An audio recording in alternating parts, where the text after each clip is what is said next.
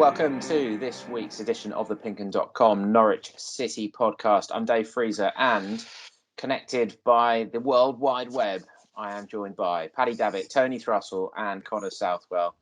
Hello, boys. Coming in from Sproulston. Morning from Bardersfield. Morning from Thorpe/Norwich.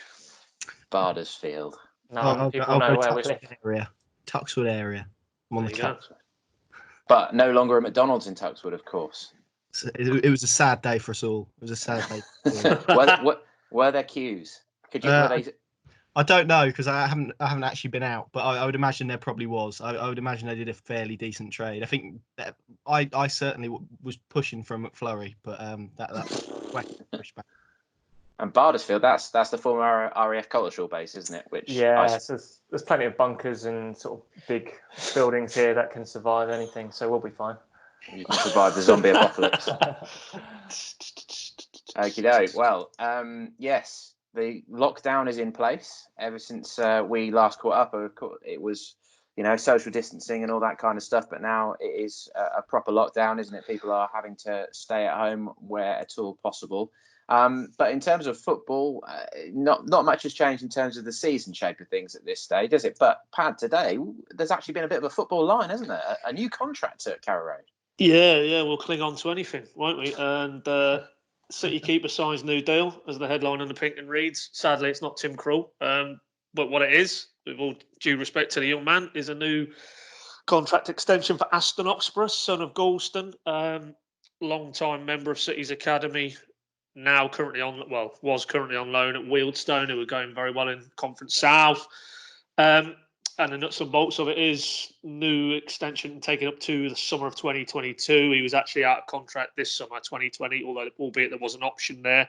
But now it's 2022 and there is another option still. So probably in the broader sense reflects where they are with their keeper stocks. They're in a bit of a state of flux, I think, below Tim Krul, who I think is still clearly the number one. But if and when we ever do get back, there was already a little bit of chatter, wasn't there, about if he goes off to, as it won't happen now, but if he had gone off and did well with Holland in the Euros and Norwich in the Championship, he might have had one or two suitors. That still may come to pass, given his body of work in the Premier League, certainly.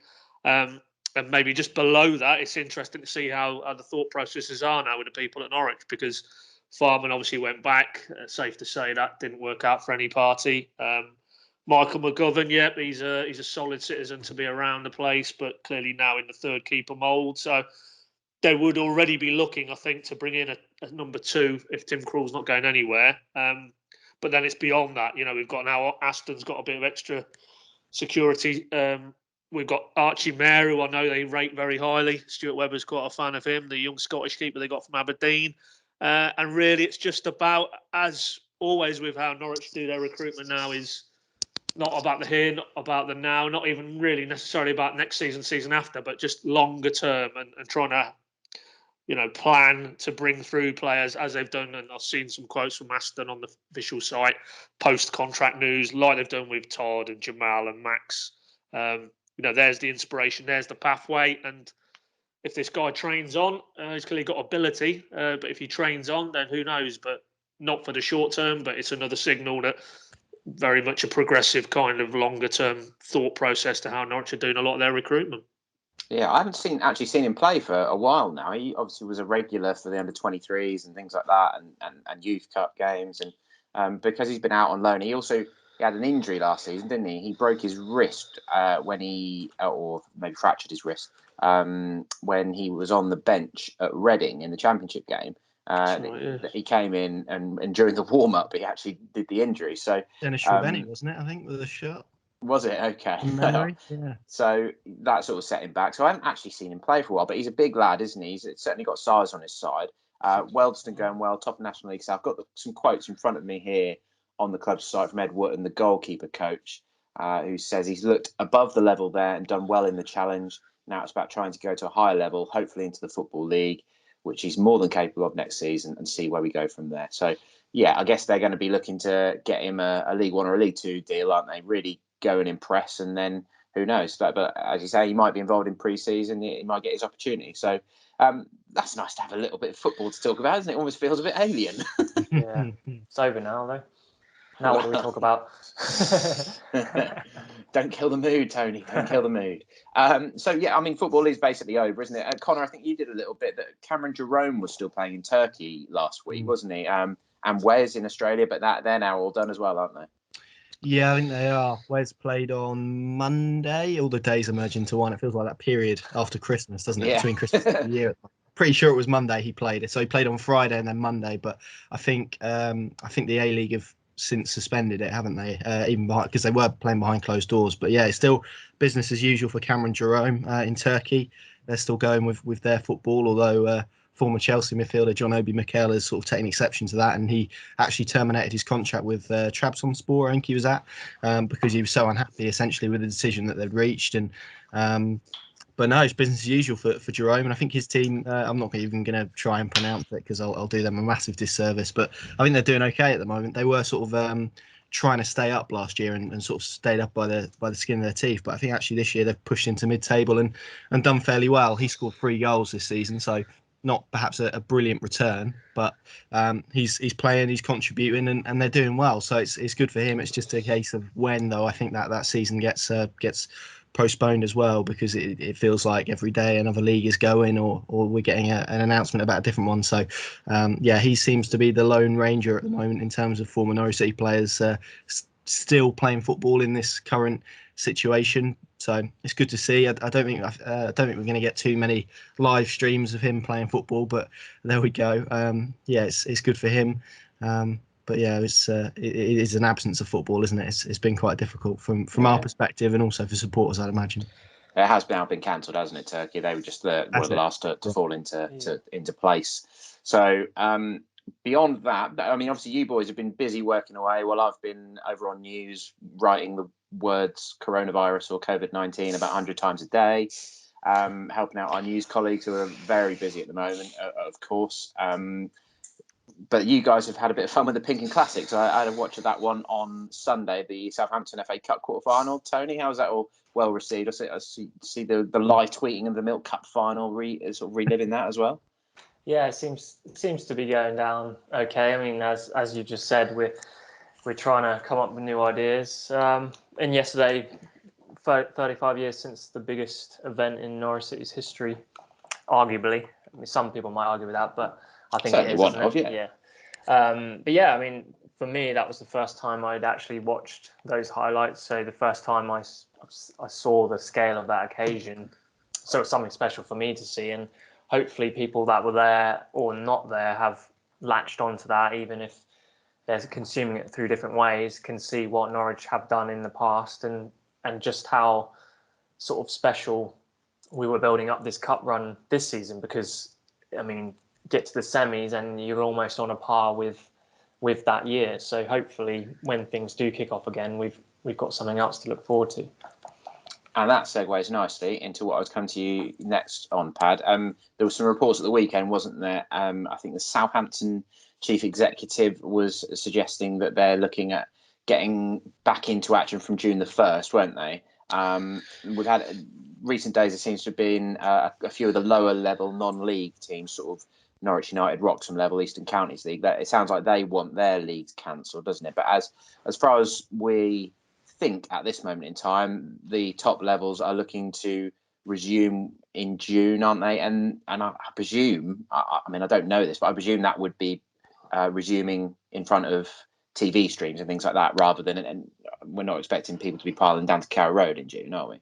Well, I mean, I think we need to be clear. I mean, the reality is there's a lot of talk about a lot of scenarios, but as it stands, it's the Premier League for us. Obviously, that's the keen level, but football generally, professionally, nothing happening until April the 30th. Anything else for me is conjecture. So all this, whether it's people inside the game, as we had last week, you know, Karen Brady at West Ham talking about nulling and voiding the season, Paul Barber at Brighton talking about this 22-team league. Now it's moved on to, as you've outlined there, DF, you know, potentially June and then potentially behind closed doors. I've seen other reports about maybe 2 or 3 games a day at a certain 2 or 3 stadiums in the Midlands with no supporters. I mean, there's a lot of conjecture, but I think it's important that we stress that as it stands, the official position from professional football is they will hope to resume on the weekend of April 30th. Now, I think we all probably can see the way this is going on in terms of the health dimension. Sadly, the transmission rates and the death rates in the UK are only going one way at the minute. We're not at the peak. So I don't think that's a starter. But I think what the football authorities have done, as they did with the initial, let's have a look and possibly get back on April the 3rd, they give themselves some breathing space. And then within this breathing space, conversations continue to happen internally, I'm sure, amongst Premier League clubs. But the reality is I don't think we'll be playing anywhere before, well, certainly April the 30th looks a little bit optimistic to me, to put it mildly. So I'd imagine as we get closer to that date, we'll have to get some more statements and some more clarity from the Premier League, the FA, the EFL, the Women's League, et al. And so no, I wouldn't want to really get into a discussion about will we be back on June the 1st and behind closed doors, because I think that's all hot conjecture. So we really have to deal with what we know, and that is clearly there is a commitment, I think, from all parties. I saw Alex Tetty talking about this earlier in the week, that they, at some point when it's safe to do so, when the government and the relevant scientific bodies say so, they want to resume the season and finish the season. So that seems to me a common position, but how we reach that point in the current climate is very hard to see. Yeah, no one can put a flag in the ground at this point, can they? It's a week-to-week thing in terms of society as well as football, of course. And there was a good little video, or an interesting little video, wasn't it? Jake Humphrey was down at Carrow Road on Friday, and he recorded a quick link, I presume for BT, and then he filmed this video of an empty Carrow Road, almost eerie. And, this place is where the FA Cup quarter final was supposed to be being held this weekend, and I think Connor, he sort of spoke for all Norwich City fans in that position, didn't he? He was in quite an unusual position of being able to be in the ground at that point. And you could see the sort of the pain and the frustration in the way he was talking, couldn't you? In the wider context of, there's much more serious things going on than football, but football is important to people, isn't it? Yeah, I think it was our colleague Chris Lakey who wrote that football isn't a matter of life and death, but for a lot of people it is life, isn't it? And I think that summed it up quite nicely. It is a massive part of people's lives, and is a source of escapism. Usually, no matter what's going on in society or in the world, you still turn up to Carrow Road on a Saturday at 3:00 and it's all forgotten. So when it isn't the case, it does feel, well, it's been strange, to be frank. It's been really strange. I sort of, for me personally, I've sort of been walking around on a Saturday going, I should be somewhere, I should be doing something, but obviously at the moment that's incredibly difficult. Now, in the context of obviously what we're seeing at the moment, then yeah, it is pretty irrelevant, I think, at this stage, and it isn't something that is going to be in the forefronts of people's minds, but it is a massive part of, and the word communities come up a lot, and it's a massive part of that and forming that. And football is one of the only places, I think, particularly in current time, where you do get that sense of community and togetherness for people, and often it's difficult to replicate elsewhere. And at the moment, particularly for those older fans who, as Todd Cantwell told me earlier in the week, they've been ringing up and sort of asking for support, which is fantastic. It can be a lot of their social life as well. So it's a strange period. I just think that the thought that people need to get out of this is how good it's going to be when it finally returns, and hopefully that is in front of full supporters, and that roar when the players come out for the first time after all of this has passed is going to be something to behold, I think. So that's what people have got to hold on to. Certainly what I'm trying to hold on to. I mean, what we in day 3 of official lockdown, but we've been working from home since 2 Fridays ago. I'm already at a stage where I'm seriously considering doing something with my hair, because it's a nightmare. So I'm driving myself insane. Embrace it. Well, I'm sort of in a debate of, do I just let it grow, or do I? Yeah, dreadlocks, mate. I think you're doing dreadlocks. Emi buen dia. I'm not sure like red dreadlocks would do anyone any good, to be honest, but it could be a shout. Yeah. Yeah, Emi's gone quite drastic. I mean, I used to shave my head when I was younger, when I was at uni and stuff. Still for a little while when I was first at the EDP, I think.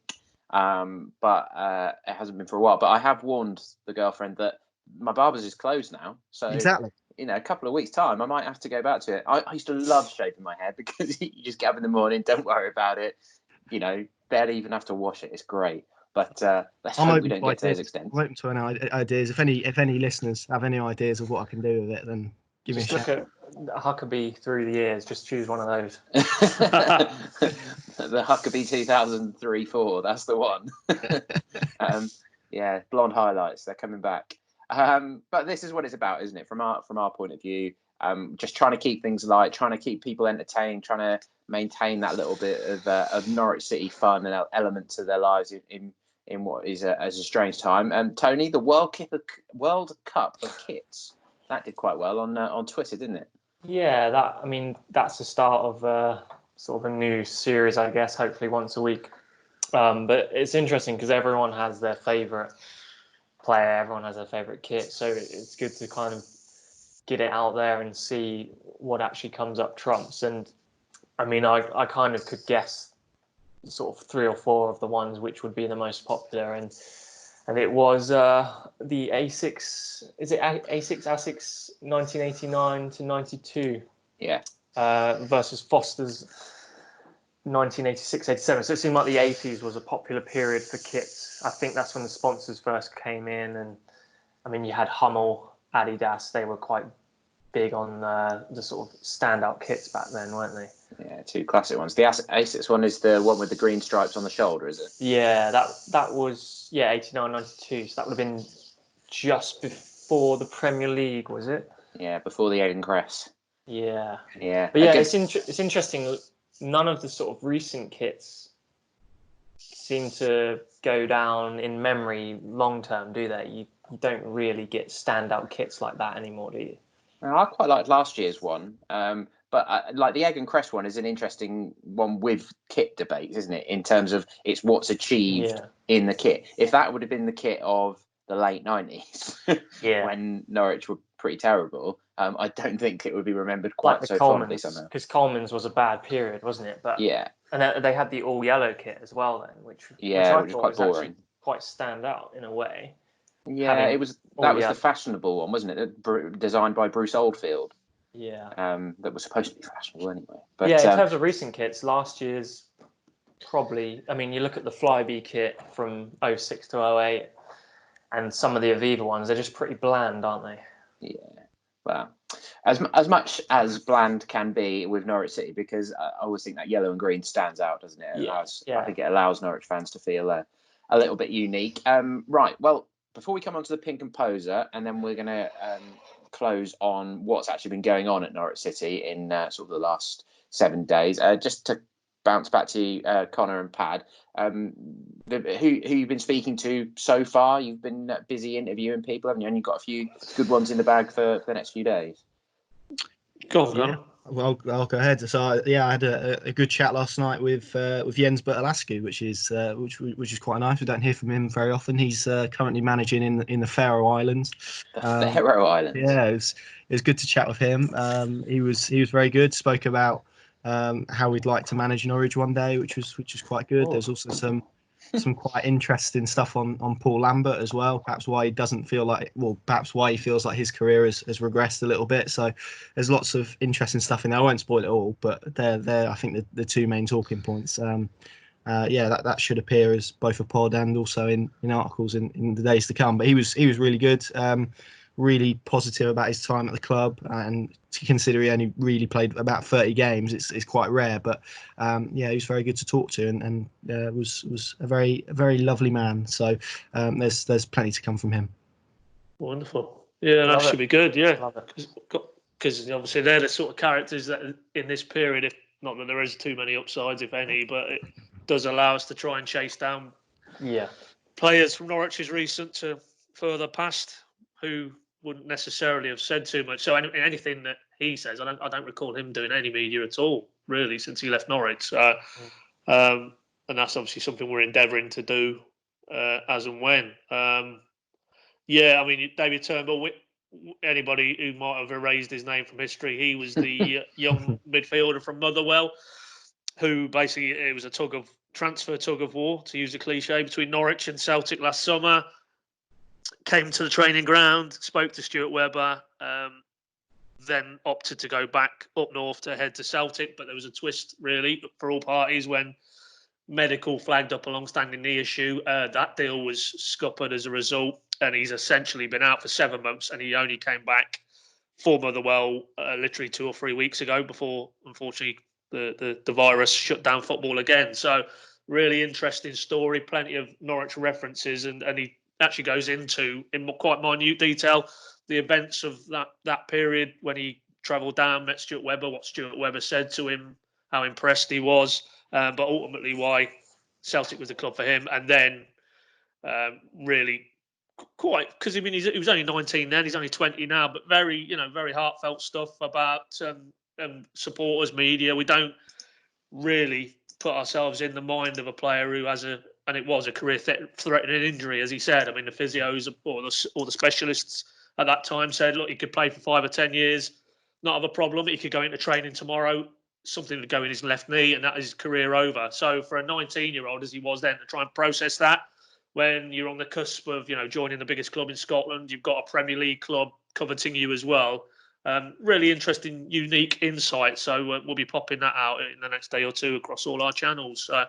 And again, in the context of not having any actual people kicking balls, it just allows us to maybe delve a bit deeper into areas we wouldn't normally be able to do. So, I'm sure even though ultimately he decided to snub Norwich, I think there's still plenty of interest there for a Norwich fan.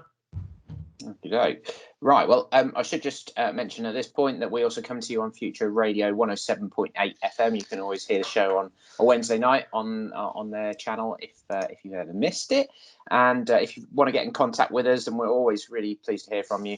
You can find us on Twitter at PinkUn. We've all got our own separate social media accounts. But if you ever got any questions, particularly at this strange time, then we're always pleased to hear from you. And we did get a comment in last week from Paul Mardle from Headerset, who emailed me. So thanks for that, Paul, who said, really enjoyed the podcast yesterday. The discussion of TV to watch while we have no football was very amusing. That's your Salvage Wars or whatever it is, Pad. Hunters, David. Hunters. You clearly haven't watched all that by now. You clearly haven't watched it in the intervening period by that comment. Not yet. And he says, can I offer a memorable match I would like to relive, which was our Pink and Post from a couple of weeks ago. Norwich v Newcastle on April 20th, 2005. The wonder strike from Youssef Safri and an amazing long-range header from Dean Ashton. Brilliant win, evening game as well. Interesting fact, both players featured on the cover of the programme for the game. Keep up the good work. Thank you, Paul, for getting in touch. I remember that game because I was sitting in the Barclay with my Newcastle tracksuit bottoms on and my Norwich shirt. Back then I was more a Newcastle fan, but a season ticket holder with Norwich. And I remember when that late winner went in and the whole crowd erupted. And then I was just sitting there like this. But now I can think back that was actually an important result for Norwich. Yeah. In that little run at the end of the season. So if I could relive that moment, I probably would join in with the celebrations. It's part of what should have been the great escape, shouldn't it? If Andy Johnson hadn't got away with his diving at Selhurst Park, then they probably would have stayed up. But there we go. We'll park that one for now. So that leads us in nicely into a nice bit of sort of feature work that you guys have started in terms of cult heroes. Chris Lakey's written a piece about Youssef Safri, so that's out there if you want to go and check that out. Our colleague Mark Armstrong's also written a nice piece about Danny Pacheco. In terms of cult heroes, Pad, I think there's always a little bit of debate as to exactly what a cult hero is. In my mind, it's somebody who's sort of a little bit off the... it's not a legend. It's somebody who was probably good for the club, or maybe someone that you didn't quite fulfil the potential. The one that I always thought was a bit of a cult hero was David Strahafka. Someone who people thought was... And Dennis Trebeni is a similar example as well. Yeah, maybe someone that we never really got to fully assess, that people thought there might be something there. There's a bit of ability, a bit of character. But actually defining a cult hero isn't that easy, is it? No, which is good, because then you can overlay your own interpretation on it, because there isn't really a right or a wrong answer. I mean, if you're talking, though, in terms of people who didn't fulfil their potential, I wouldn't go much further than Ricky Van Wolfswinkel, who yet still, despite all the fanfare, the huge sum he arrived from, transformational deal for Norwich in many ways in terms of the finances, and still to this day, we do anything with Ricky Van Wolfswinkel, Norwich fans absolutely love the guy, Yeah. Yet he scored one Premier League. Well, this is it. It seems to be forever more packaged that he wasn't. That there was a player in there, and Houghton, being the current manager at the time, didn't extract the potential, because he came with a fearsome goal scoring record in Portuguese football, and then of course he scores on his Premier League debut against Everton that opening day at Carrow.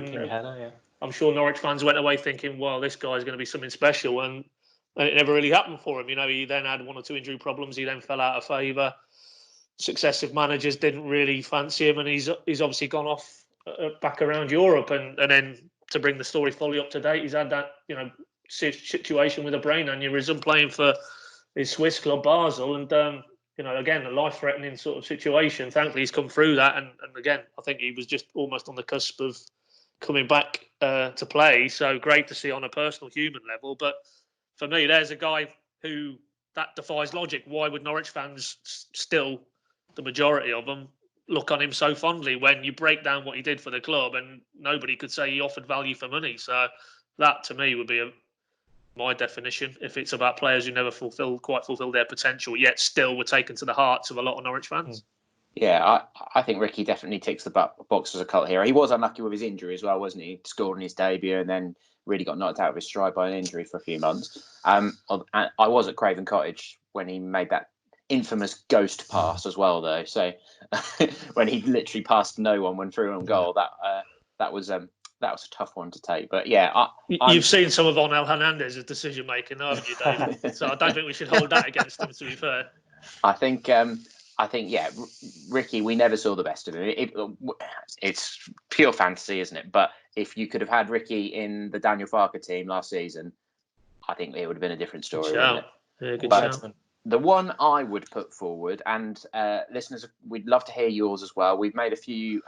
There's already been a couple of appeals on the PinkUn Twitter account, but we'll put out some more on this, because we really want to get lots of nominations in. Because, as I say, I think it's slightly different for people. I don't see cult hero as someone who was rubbish, but you like them. I don't think that's quite a cult hero. I think there needs to have been something a little bit special. I think people a little bit older than me loved Robert Fleck, because he was more than the fact that he was a good player. He was a very successful player for Norwich, but that he was like, he had the attitude of the fans. He was a real go-getter. He loved to have a bit of fun, and he took a Mars bar off a guy who was selling sweets by the side of the pitch or something like that after he scored a goal, or things like that make people stand out. The one for me was Mark Libra, who I think that goal against Manchester City on his debut after 13 seconds. First time. I think was in 2000.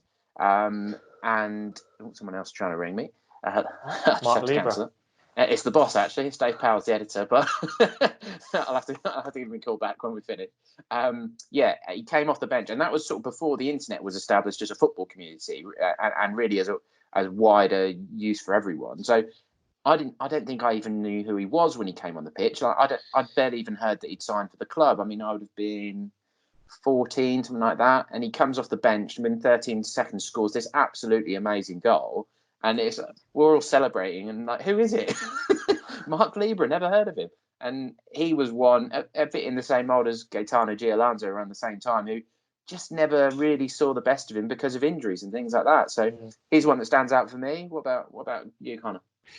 I'm going to go for a slightly different one in terms of different reasoning, perhaps. So Henri Lansbury is one that sprung to mind, but perhaps Norwich fans didn't see the best of him because obviously he was on loan, and that was a short period of time. Because I think when he did play, he was very good. I remember that pass that completely split the Ipswich defence open for Grant Holt to score. It was his second, I think, in the East Anglian derby. But I thought he was really good. Obviously, he had the dance at Ellen Road as well, didn't he? And the Dougie. Millwall, that's the one, yeah. But we perhaps never really saw the best of him because obviously it was only a limited time. And I think had he have signed for Norwich permanently, which perhaps a lot of people would have wanted, obviously he's gone on and made quite a decent career now with Aston Villa. Then I think Norwich fans probably would have enjoyed him a lot more. So that's mine, and different reasoning, I think, to the others we've had. So.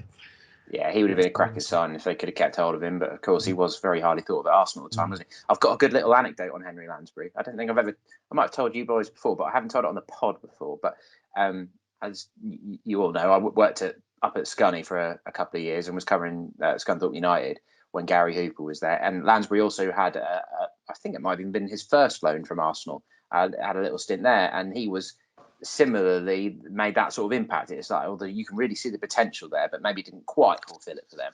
But it was press conference day, and we were waiting to speak to Nigel Adkins, something along those lines. And Henri Lansbury sort of shyly comes up the stairs and goes, has anyone seen Gary Hooper?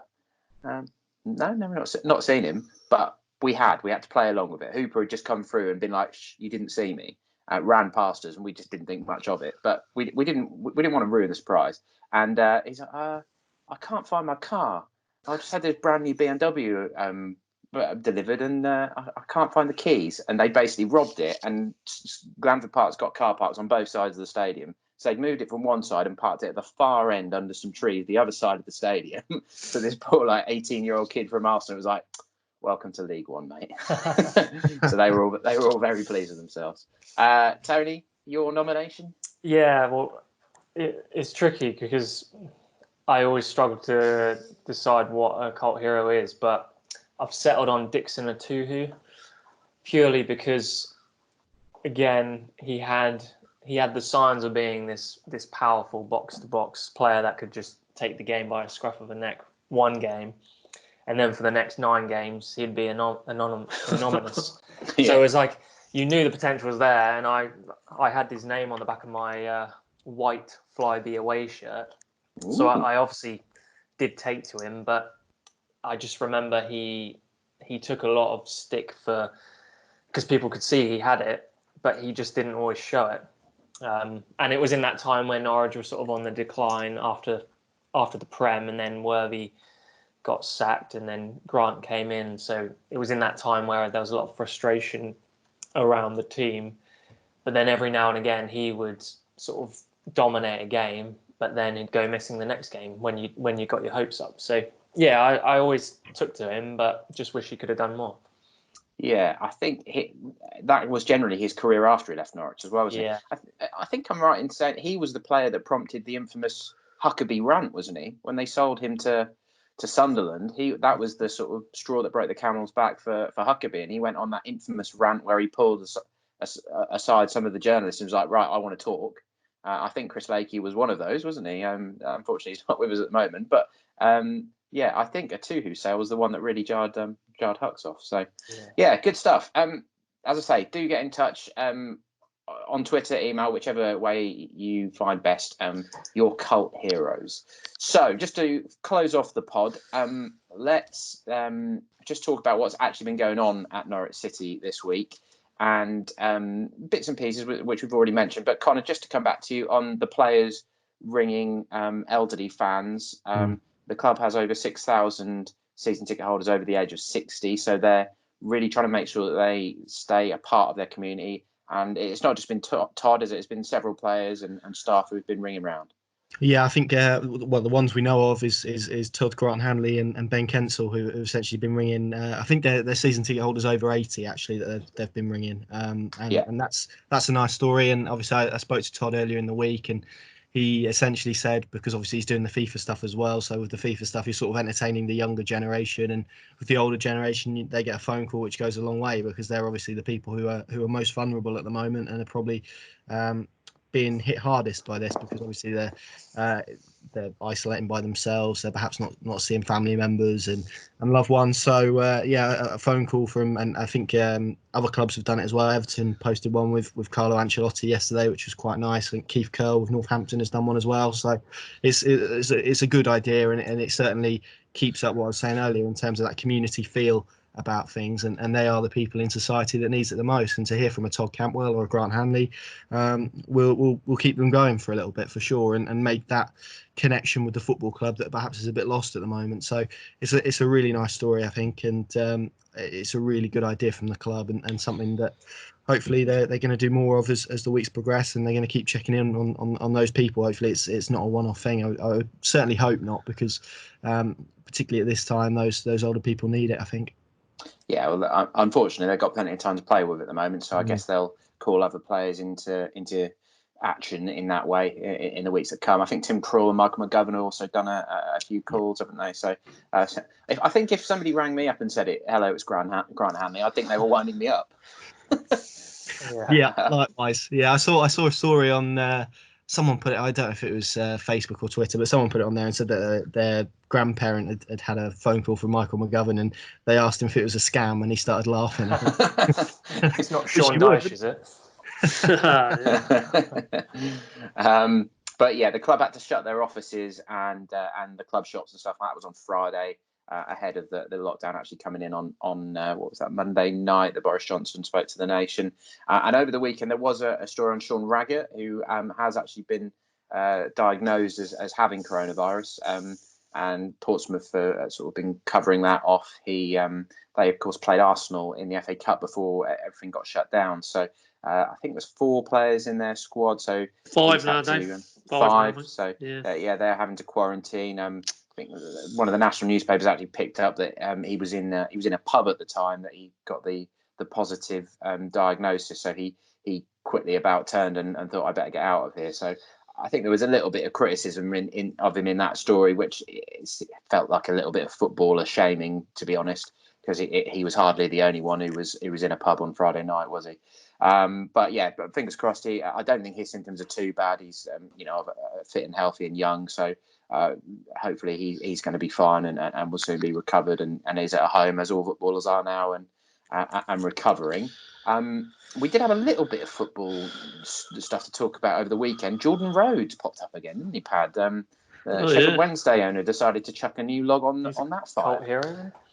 Yeah, he did indeed. Yeah, that was Friday afternoon. Did a big, wide-ranging interview with media in Yorkshire, and within which was asked about why Rhodes was still at their club, given he's one of the high-wage earners and not playing.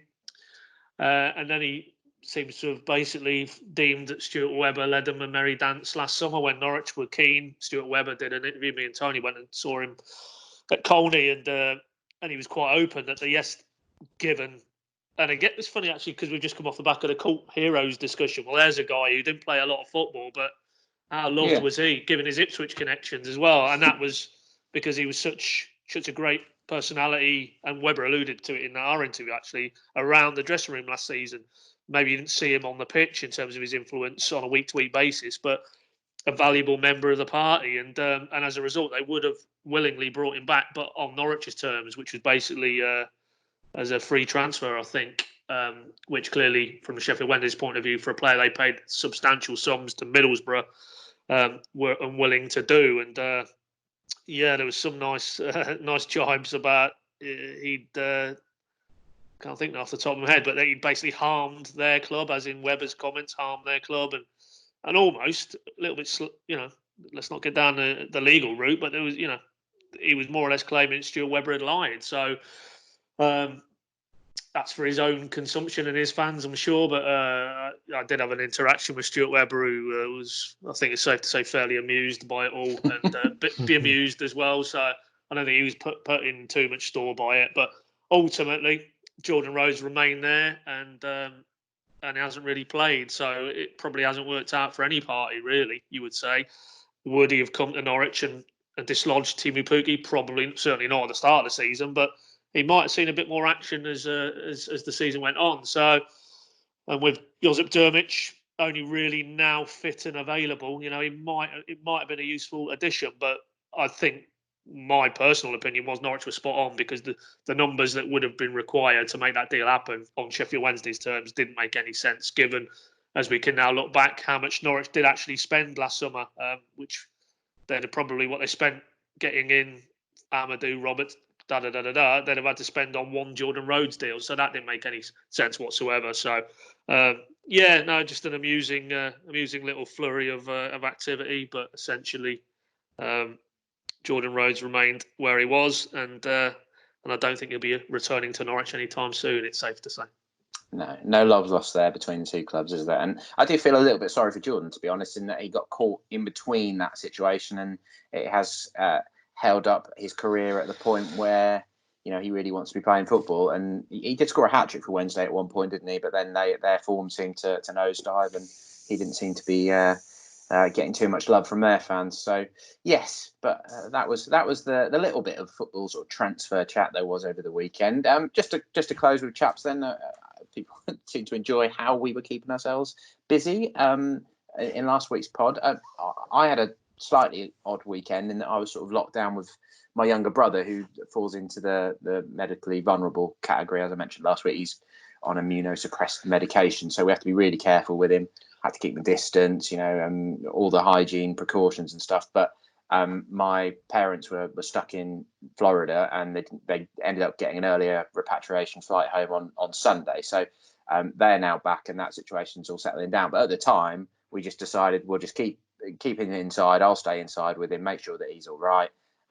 Take no risks until we know when the parents are getting home. And so a lot of games of FIFA. I sort of sharpened my FIFA skills. We had a few good battles. Real Madrid v Borussia Dortmund mainly. But Friday night we stuck on the season review of last season, and which I think I bought in for Christmas, and that was quite a strange experience. I wouldn't say emotional, but it just reminded you of all that stuff that we went through last year, and how much we're missing the football, how much of a release it is, and how quickly football moves on as well. When you're watching like the start of that season, and away at Birmingham, there was Ben Marshall in the team, and Ivo Pinto was still playing. How quickly football moves on, and yeah, I really enjoyed it in the end to sort of relive that. So that was nice. But otherwise, TV recommendation: Westworld season 3. That's me. Connor, what about you? Well, I've been doing the Joe Wicks exercise things for the last few days, so keeping myself active. And haven't ventured out into the garden yet, so maybe that's today. I've got a couple of cats, so I might go and throw a ball not at them, but for them. Beyond that, yeah, as you said, FIFA, Football Manager is just sort of trying to engage with football that way, I guess. But it's been quite difficult. I don't really watch a lot of TV, to be honest. So it's been trying to find other ways of keeping busy. I've got a fairly full house, 3 sisters, so it's certainly loud. So yeah, it's quite nice to lock myself away a little bit, actually. But yeah, so you're used to doing social distancing then. Yeah, to an extent. Yeah, it's nice to close the door actually and just have some peace. Yeah, I've resisted Football Manager because they've made it free for a second week, haven't they? Because it's been so popular. But I just can't open that door again. I can't risk it. Go for it. You won't regret it. Doing this. So, Tony, what have you been keeping busy with? Well, sticking to the culinary theme of Gordon Ramsay, there's a game on the PlayStation called Overcooked. Don't know if you've heard of it. There's a cooking game on the PlayStation. Yeah, you basically these little sort of cartoon characters in a kitchen. I've been playing it with my girlfriend, and you get the orders come in, and you got to chop up food and cook it, put it on a plate, and serve it in a time limit. It gets quite intense towards the end. You got to score points. Any arguments? Not yet. We're going to just start it. Once it gets a bit harder, I think there will be. But yeah, Connor did the Joe Wicks this morning. That's a bit fun. But I think the plan is this weekend to try and do a bit of home improvements, kill some time with that. Do you have to communicate like you're in a kitchen then? Do you have to say yes, chef, to your girlfriend? Yeah, so it's like I need cucumber, that kind of stuff. Just straight orders. I need a bun. It sounds scintillating, mate. What's the game called? Overcooked. Overcooked. I like it. Right. We'll have to give that a try. Is that on PS4 though? PS4, yeah, it's on sale. Get it now. I'm still stuck on the old PS3. It's about 10 years old now. It just about still creaks into action.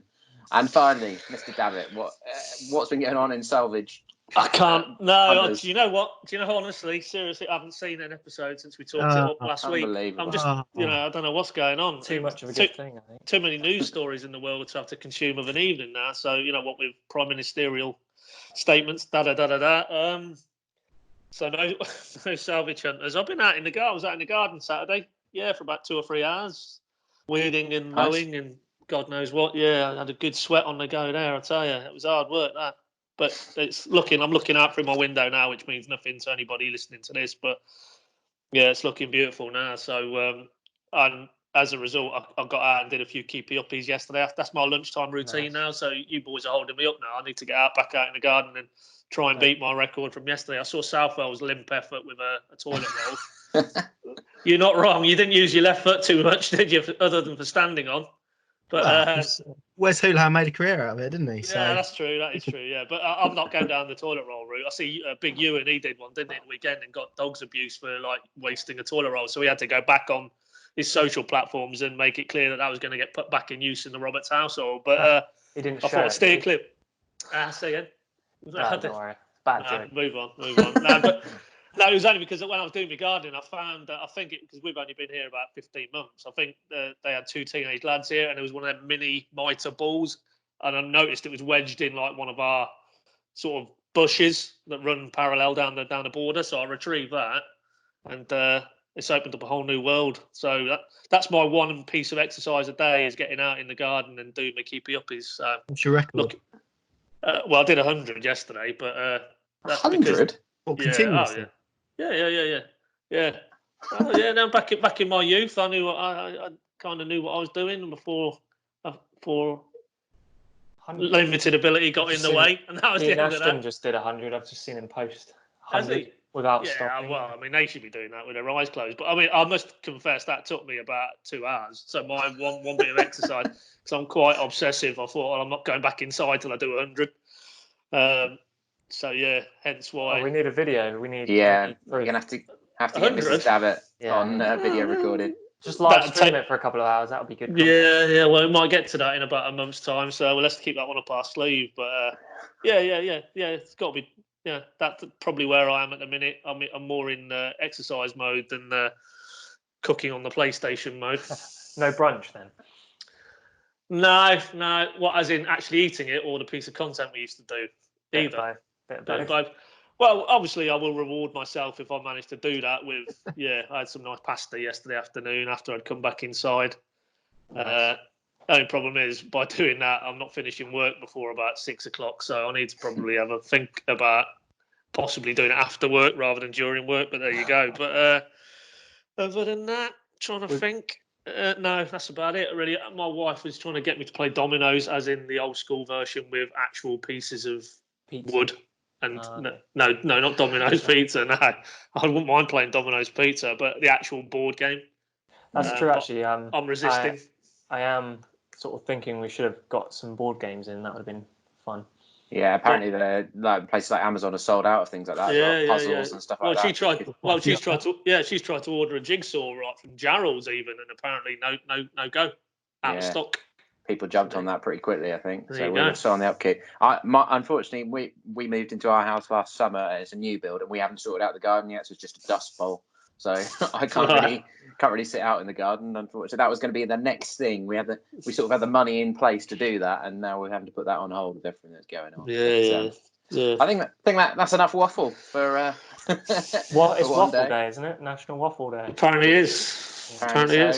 And Friday's International Whiskey Day, so I might have to indulge in that one. But yeah, thank you, chaps. I hope you guys are enjoying a bit of a catch up, trying to keep a little bit of familiarity, as much football as we can squeeze into things. Given that, as Pad said earlier in the show, there isn't going to be any until at least April the 30th. So we'll continue to stay in touch as best we can and keep some entertaining content coming your way, and as I said earlier, if you do want to get in contact with us, then please do.